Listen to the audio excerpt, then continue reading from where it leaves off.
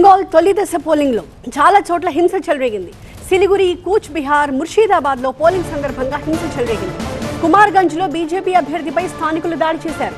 పోలీసుల సమక్షంలోనే బీజేపీ అభ్యర్థి సుబేందు సర్కార్పై దాడి జరిగింది. 8 పోలింగ్ బూత్ల నుంచి తమ పార్టీ ఏజెంట్లను తరిమేశారని సుబేందు సర్కార్ ఆరోపించారు.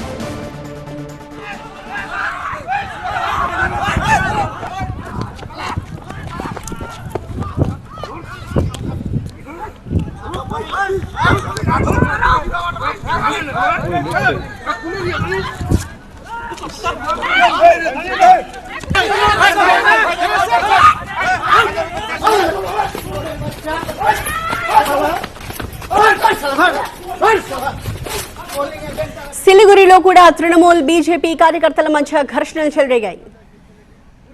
ముర్షిదాబాద్ లో టెన్షన్ వాతావరణం నెలకొంది. తృణమూల్ కు ఏజేయూపీ నేత హుమాయూన్ కబీర్ అనుచరులకి మధ్య ఘర్షణ జరిగింది. హుమాయూన్ కబీర్ కి వ్యతిరేకంగా టీఎంసీ కార్యకర్తలు నినాదాలు చేశారు. హుమాయూన్ కబీర్ ని టీఎంసీ సస్పెండ్ చేసింది. అయితే ఆయన సొంత పార్టీ పెట్టుకున్నారు. ఈ ఉదయం పోలింగ్ ప్రారంభమైన తర్వాత ఆ ప్రాంతంలో గొడవలు జరిగాయి. అలాగే అసన్సోల్లో బీజేపీ అభ్యర్థి అగ్నిమిత్ర పాల్ కార్ పై కూడా దాడి జరిగింది.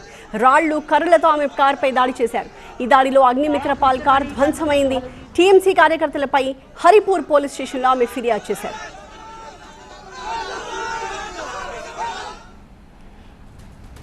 మా ప్రతినిధి గోపి లైవ్ లో సిద్ధంగా ఉన్నారు. గోపి, ఈ స్థాయిలో హింస చెలరేగడానికి ఎలాంటి కారణాలు కనిపిస్తున్నాయి? అధికారులు తగిన చర్యలు తీసుకోలేదా?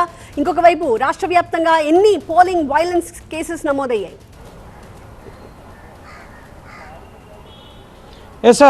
చెదురుమదురు ఘటనలు చోటు చేసుకున్నాయి. బెంగాల్ మొదటి విడత అసెంబ్లీ ఎన్నికల పోలింగ్లో 152 కాన్స్టిట్యున్సీస్కి సంబంధించి ఈ తొలి విడతలో పోలింగ్ ఈరోజు జరిగింది. ముర్షిదాబాద్లో, అలాగే కుమార్గంజ్లో, అలాగే అసన్సోల్ మరికొన్ని ప్రాంతాల్లో పూర్తిగా 2.5 లక్షల మంది కేంద్ర బలగాలు, అలాగే రాష్ట్ర పోలీసు బలగాలు, వీరందరి ముఖ్యంగా భద్రతా నడుమ ఈ ఎన్నికలు నిర్వహించడం జరిగింది. ఒక రకంగా చెప్పాలంటే చాలా తక్కువ సంఖ్యలోనే ఈ ఘటనలు ఈసారి నమోదయ్యాయి. ముఖ్యంగా ఎప్పుడు కూడా ఎక్కువ విడతల్లో బెంగాల్ అసెంబ్లీ ఎన్నికలు జరుగుతాయి. ఈసారి కేవలం 2 విడతల్లో 23వ తేదీ, 29వ తేదీ 2 విడతల్లో మాత్రమే ఫిక్స్ చేసి భారీ భద్రత నడుమ ఈ ఎన్నికలు నిర్వహించడం జరిగింది. అయినప్పటికీ కూడా ముఖ్యంగా కుమార్గంజ్లో బీజేపీ అభ్యర్థిపైనే టీఎంసీ కార్యకర్తలు దాడి చేసినట్లుగా బీజేపీ ఆరోపించడం జరిగింది. సో ఆ వీడియోలు కూడా వైరల్ అయ్యాయి. సో ఎవరైతే ఆ బీజేపీ అభ్యర్థిపైన దాడికి పాల్పడ్డారో సో ఆ వీడియోలో కనిపించే వారందరినీ కూడా అరెస్ట్ చేయాలని చెప్పి ఎన్నికల సంఘం ఆదేశించడం జరిగింది. సో ఎక్కడెక్కడైతే చెదురుమదురు ఘటనలో పోలింగ్కి సంబంధించి అడ్డుకునే ప్రయత్నాలు, అలాగే రాళ్ల దాడులు, ఈ విధంగా ముఖ్యంగా అల్లర్లు జరిగాయి. సో అక్కడ వీడియోల ఆధారంగా పోలీసులు చర్యలు తీసుకోవాలని చెప్పి ఇప్పటికే ఎన్నికల సంఘం ఆదేశించడం జరిగింది. ముఖ్యంగా కొంత పోలింగ్ పర్సంటేజ్ని దెబ్బతీసేందుకు, లా అండ్ ఆర్డర్ని డిస్టర్బ్ చేసేందుకు కొన్ని అల్లరి ముక్కలు అయితే ప్రయత్నాలు చేశాయి. వాటిని సమర్థవంతంగా భద్రతా దళాలు తిప్పికొట్టాయని మనం చెప్పాల్సి ఉంటుంది. ఎన్నికల సంఘం కూడా ముఖ్యంగా ఎస్ఐఆర్ ప్రక్రియ జరిగిన తర్వాత రికార్డు స్థాయిలో బెంగాల్లో కూడా పోలింగ్ పర్సంటేజ్ అనేది నమోదవుతున్న పరిస్థితి. మధ్యాహ్నం 3 గంటల వరకే 78% పోలింగ్ అనేది నమోదైంది. సో మొత్తం ఈ వచ్చే 3 గంటల పోలింగ్ శాతం కలిపితే కనుక ముఖ్యంగా ఇది 85+% వరకు రీచ్ అయ్యే అవకాశం కనిపిస్తోంది.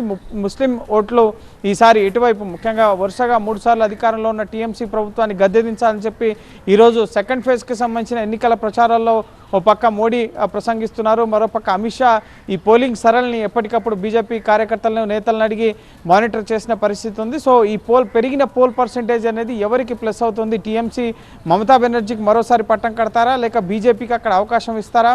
ఖచ్చితంగా మే 4 తర్వాత ఒక ప్రజాస్వామ్యయుత ప్రభుత్వం బెంగాల్లో ఏర్పడబోతుందని చెప్పి పదే పదే మోదీ గ్యారంటీలు ఇవ్వడం కానీ, అమిత్ షా ఇటు మేనిఫెస్టోలో అనేక హామీలు ఇవ్వడం, దీదీకి ధీటుగా అనేక హామీల్ని ఈసారి ఎన్నికలకు సంబంధించి బీజేపీ ఇవ్వడం జరిగింది. సో ఖచ్చితంగా ఈ పెరిగిన పోల్ పర్సంటేజ్ అనేది కొంత ఇంపాక్ట్ చూపించే అవకాశం కనిపిస్తుంది. సో ఎక్కడా కూడా హింసాత్మక ఘటనలు అంటే ఓవర్గా ముఖ్యంగా దాడులు, అలాగే చనిపోవడం, గాయపడడం ఇటువంటి ఘటనలు జరగకుండా కేంద్ర బలగాలు, రాష్ట్ర బలగాలు అయితే నిలువరించడం జరిగింది. ఎందుకంటే గతంలో ఎన్నడూ లేనంత సంఖ్యలో 2.5 లక్షల మంది కేంద్ర బలగాల్ని అక్కడ రంగంలోకి దించడం జరిగింది. అలాగే సరిహద్దుల వద్ద కూడా ఇటు బంగ్లాదేశ్ సరిహద్దుల వద్ద కానీ, మిగతా క్రాస్ బార్డర్ స్టేట్స్ వద్ద కానీ భారీగా భద్రతా బలగాలను మోహరించి కొంత ప్రశాంతంగా ఈ మొదటి ఫేజ్ ఎన్నికలను నిర్వహించడంలో ఎన్నికల సంఘం సక్సెస్ అయినట్లుగానే మనం చెప్పాల్సి ఉంటుంది. ఎందుకంటే ఈ పోల్ పర్సెంటేజ్ చూస్తే ఎప్పుడు లేనంత పోల్ పర్సెంటేజ్ అనేది నమోదవడం జరిగింది. ఎండల తీవ్రత ఉండడంతో ఉదయాన్నే వచ్చి ఓటర్లంతా కూడా ఓటు హక్కు వినియోగించుకున్న పరిస్థితి. ఇక సెకండ్ ఫేజ్